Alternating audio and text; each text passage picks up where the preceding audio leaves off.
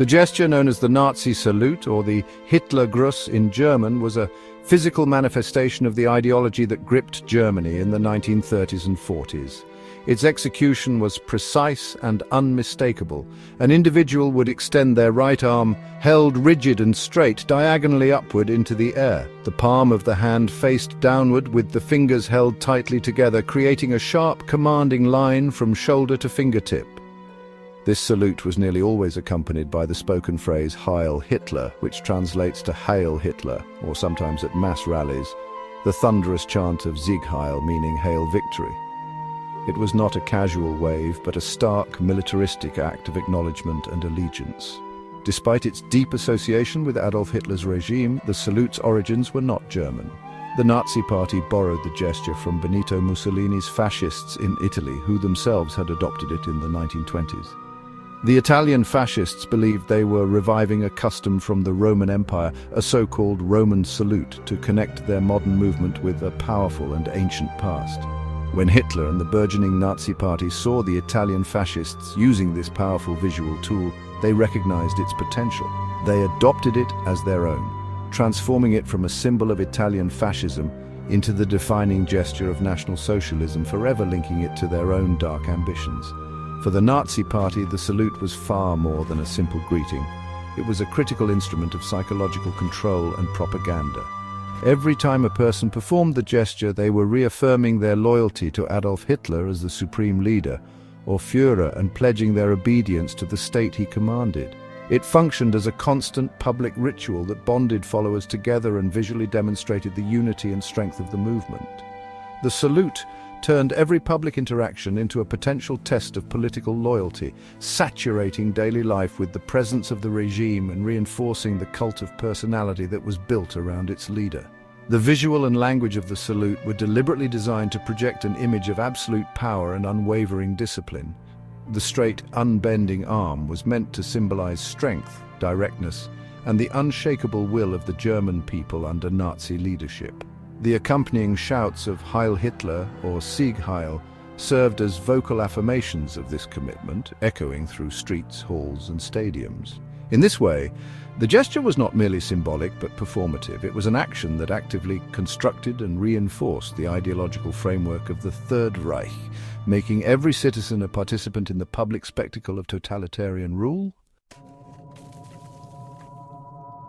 Once Adolf Hitler consolidated his power and became Chancellor of Germany in 1933, the Nazi salute transitioned from being a party-specific greeting to a compulsory national duty. The regime officially mandated its use for all German citizens as the standard form of greeting in public life. This move was a deliberate strategy to erase previous social norms and replace them with a single politically charged act. Suddenly, saying good day was no longer enough. One was expected to perform the Hitlergruß when encountering friends, officials, or even strangers on the street. This requirement was a powerful tool for enforcing the idea that every aspect of life was now under the purview of the Nazi state. The meaning embedded within the salute was profound and absolute within the context of Nazi Germany. It signified complete submission to the will of the Führer and the ideology of the Nazi Party. For believers and ardent supporters, performing the gesture was a source of immense pride, a way to express their fervent dedication to the national cause and their charismatic leader. It created a sense of belonging and shared purpose, uniting them under a single powerful symbol. For them, the salute was a daily reminder of their perceived national revival and the strength they believed Hitler had brought to Germany, making it an essential ritual of their new identity. The enforcement of the salute was methodical and pervasive, cementing its importance in the fabric of the regime. Party officials, the Gestapo, Germany's secret state police, and even zealous civilians were vigilant in ensuring that the rule was followed. Children were taught to perform the salute in schools, and it was expected in workplaces, shops, and government buildings. Propaganda films and posters relentlessly featured images of Hitler and adoring crowds raising their arms in unison, normalizing the gesture and presenting it as the ultimate expression of German patriotism. This constant visual and social pressure made the salute an inescapable feature of everyday existence, a symbol of the regime's total control. This mandatory gesture was central to the construction of the cult of personality surrounding Adolf Hitler. By forcing citizens to hail him personally multiple times a day, the regime elevated him from a political leader to a messianic, almost godlike figure. The phrase Heil Hitler effectively replaced traditional religious blessings or common greetings, inserting the Führer's name into the most basic human interactions. This relentless repetition helped to solidify his position as the infallible and sole source of authority in the nation. The salute was therefore not just a greeting, but a foundational pillar supporting the entire totalitarian structure of the Third Reich. In the oppressive atmosphere of Nazi Germany, the simple act of refusing to perform the Hitlergruß was an act of profound defiance, and one that carried severe consequences. Those who dared to abstain were immediately marked as dissidents or enemies of the state. The punishment for such a transgression could range from public humiliation and social ostracism to more severe penalties. People could lose their jobs, be denied public services, or face arrest by the Gestapo. This created a climate of fear where conformity was not simply encouraged but was essential for survival, compelling many who secretly opposed the regime to perform the salute against their will. The look and feel of public life in Nazi Germany were dominated by this enforced conformity. Imagine vast city squares filled with tens of thousands of people, their arms outstretched in perfect synchronized motion during one of Hitler's impassioned speeches. Swastika banners hung from every building, their stark red, white and black design a constant reminder of the party's omnipresence. The air would be filled with the sound of marching boots, patriotic songs, and the rhythmic chanting of Sieg Heil. This meticulously choreographed spectacle was designed to create an overwhelming sense of unity and power, leaving little room for individual thought or dissent and making any person not participating dangerously conspicuous. Propaganda was the engine that drove this culture of conformity, and the Nazi salute was one of its most potent symbols. The image of the salute was everywhere, on posters, in newspapers and in newsreels shown before films. These images consistently depicted a joyous, unified German people, all bound together in their love for the Führer. This relentless messaging served to isolate anyone who felt differently, making them believe they were alone in their opposition. The visual power of the salute helped to create an illusion of unanimous support, which was a critical tool for suppressing internal resistance and maintaining the regime's grip on the population.